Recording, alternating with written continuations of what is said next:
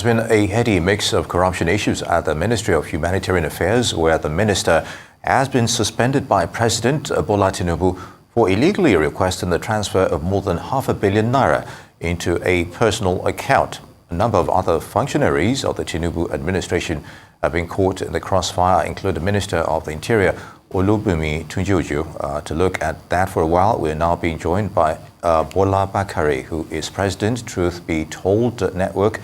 Good to see you on Newsday. Now, let's have your thoughts on this issue. All right, it's been going on for some time now.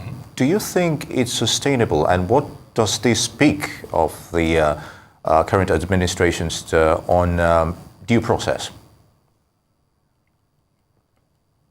Oh, thank you very much, my brother. I'm glad to be here. The situation we have on hand, I will advise that we all should look at it holistically. It's like it cascades down from the Ministry of Humanitarian Affairs to the officer in charge of NSIPA. And now as we speak, the Minister of Interior, Olubunmi Tunji-Ojo, is also in the fray. But what I want to say to Nigerians, because that's the essence of the media, educate the populace, not just educate them alone, sensitize them, and then feed them with the right information rather than the little thing they find on all these our common devices that we now call fake news. To start with, excuse me, let us look at the situation on the ground. That is from the Humanitarian Affairs to NSIPA. I would like one thing. I would like the average Nigerian to sit back a little bit and think in terms of cases, like when we have cases in court, we don't discuss it in the media, we call it sub judice. The time is not right for that. Because we know it, that when it comes to information dissemination, there's always that factor of sensation, which is what we sell at times, because we are waiting for the facts to come out. As we speak, the average Nigerian has gotten the gist of what is happening. Like you rightly said, $500 million has been moved to a private account. The ex-minister of the ministry is going through rigors with the ICPC and the EFCC. So also is the current one. But what I'm saying is, I would like us all to sit back a little bit, because we don't have the facts to work with. All we have is just the tip of the iceberg.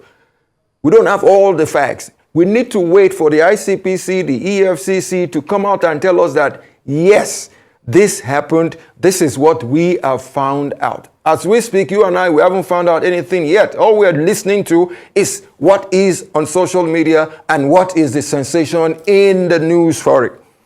But what I want to do this morning is I want to go a little bit further, because the essence of what we do is to educate the populace. And that has been the case of the Minister of Interior, Olubunmi Tunji-Ojo.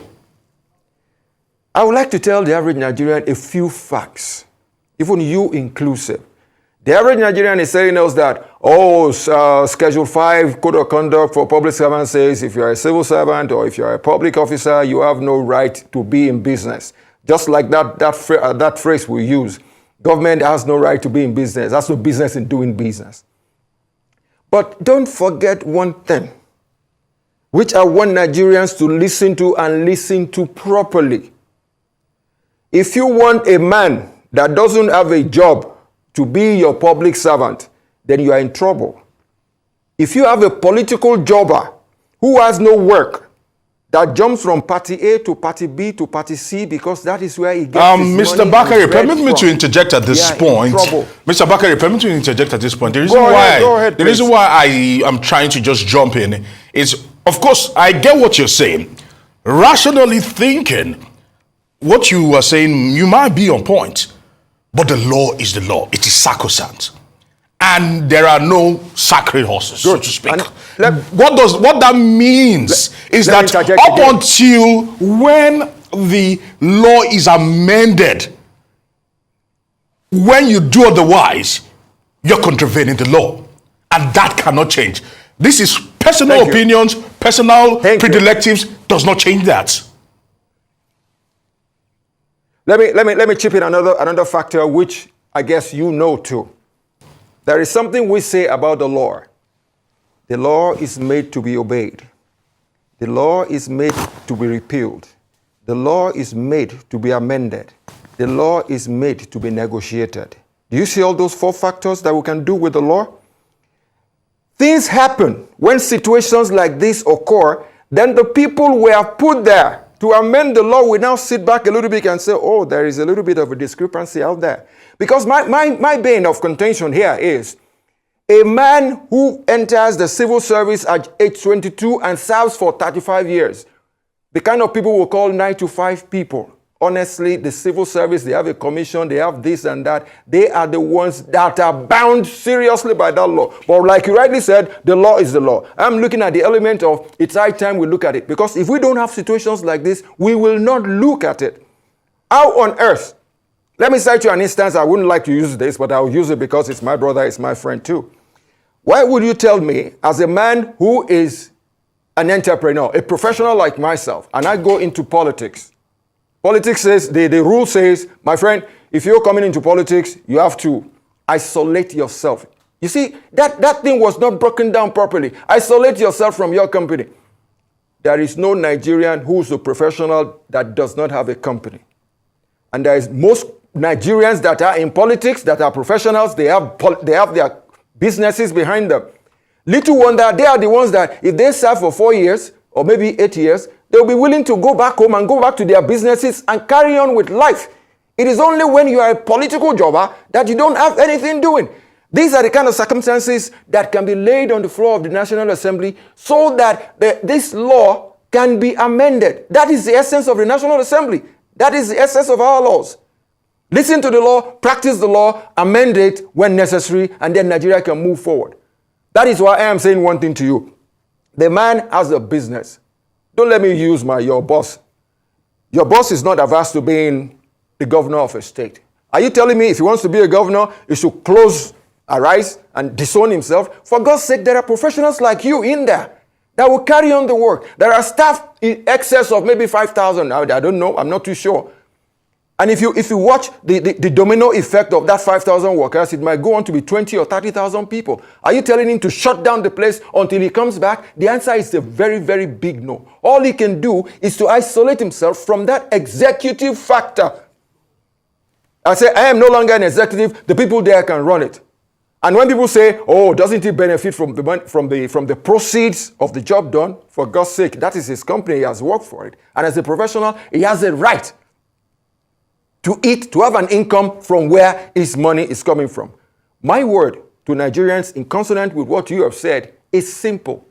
The law is the law. But like I said, the law has to be obeyed, the law has to be repealed, the law has to be amended, the law has to be negotiated. Those are the 4 factors of the law, which does not negate the fact that we have to obey the law. But the thing is, when a man, because most of, with due respect, I'm a Nigerian too. Most Nigerians are non-thinkers. We so believe in our devices so much that we can't even categorize between fake news and information, misinformation, and disinformation. We don't even know there is no barrier. That is why we need to educate ourselves some more.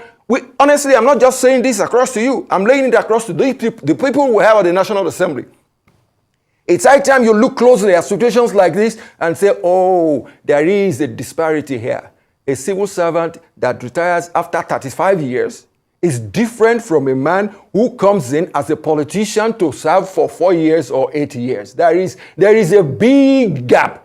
But unfortunately, to say what is to go in tandem with you, our Lord did not give us that definition. And I'm sure at the end of the day, with things like this, because in the media, we don't just say it as it is. We educate the people. We educate the people that are supposed to do the work so that we can have a better Nigeria, my brother.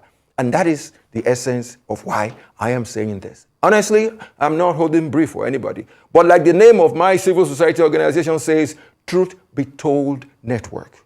We lay the truth across. We let the populace judge. And when instances where the National Assembly is involved, for God's sake, we are expecting them to go ahead and do something to repeal it. Part of the 4 factors I told you. They need to amend that law to create a difference between a civil servant, a 9-to-5 person of 35 years, to somebody who is just serving for 4 years or 8 years. I wouldn't mind towing the line of your next question. Okay, because you probably actually said something, because I wanted to ask that regardless of this, a lot of Nigerians looking at how things are actually playing out in government are not shocked based on the fact that we hear these things happen time and time again. But the see-through is where Nigerians are always bewildered, where some of these issues actually die a natural death. Now the question is this. With the government asking people to tighten their belts, clearly there is a rot in the system that needs to be checked. And this has just proven that particular fact. Of course. Do you think the government will introspectively look at every facet of this institution and say, let's begin to audit ourselves, let's begin to appraise ourselves, because the leaks are too many? Hopefully we can gather some things to give to Nigerians. Absolutely, my brother. I agree with you in totality. And I've been saying this for more than maybe 3, 4, 5 decades. There is a systemic failure in our country. It didn't start from this administration, neither did it start 3, 4 decades back. And the funny thing is, in most cases, we just go ahead and repeat the failures. We go ahead and repeat the failures. And like you rightly said, it's high time. It's high time we sit down on the table and start rejigging the situation we have on hand. That is why with this administration, so also, I'm not holding brief for the administration really, because we're just laying the truth across to Nigerians as we speak. This phenomena has opened a can of worms that will make the situation better in Nigeria. Because I normally say one thing. If you're a rigid person, you belong in a cemetery. That's the place for rigid people. But if you're a fluid human being, a human being that is prone to change, that believes in that element of change, this is the ideal situation on hand. Because the ministry has been set up, the rot, like to use your language, there is kind of a rot in it, which you are yet to find out the nitty-gritty of it. But from where we are, the next step, which the Mr. President has moved into, is to say, no, it's high time I run a check about what is going on in there. It's high time I know what is really, really going on. It wouldn't be business as usual. Part of what we're saying, that we've had a rot in the system, there's systemic failure, that is what we call doing business as usual. But I can tell you one thing. Business as usual is not going to continue. And I just remembered one thing that the populace are saying these days, and then somebody asked me about maybe a day back, and said, no, Nigerians are saying the minister, I'm talking about the Minister of Interior, that he should resign. That what do I think? I said, my friend, to start with, he is a candidate of Mr. President. He is a worker for Mr. President. And when Mr. President brought them on board, Mr. President told them that if you do not deliver for me, I am going to kick you out. I am not the kind of person that is going to keep you out for 4 years just for keeping sake. You need to deliver. If you don't do that, you are out. And what I told the person at the end of the day was, Mr. President is seeing what is happening. Reports from the 2 agencies that we have will get back to him. Reports from the panel he has set back will get back to him. If he believes that man should go, he will go, because I wasn't there when he picked him up as a minister. And when he's going to fire him, that will be Mr. President's prerogative. Mr. Bakare. Is it the situation? Honestly, it's like, go ahead. I would just like to probably, as you actually expatiate on this, now the big question would be, does the president have the political will to institute the purge? Because literally, if he wants to probably go into the nitty-gritties and into the crevices, does he have the political will to do that, to ensure that we can actually plug all these leaking holes? Briefly. Of course, yes. You know one thing I believe? It would be foolhardy for you to go and ask a bachelor how to run marriage. It would be stupid. In terms of Tinubu, forget the fact that we're both from Lagos. I'm a Lagosian, he is a Lagosian, fine. But I have the added advantage of being able to see what he did in Lagos. And that is why I'm using the kind of analogy of A bachelor cannot advise you about marriage. The man knows his onions. The man knows what he is doing. The man came with an agenda that he called the renewed hope agenda. There is nothing new about it. Hope is something that we all live on a daily basis. If you lose hope, you might probably commit suicide. But if you still have hope, you believe that tomorrow is going to be a better day. And that is why he has said, this is a renewed hope agenda. All the holes will be plugged.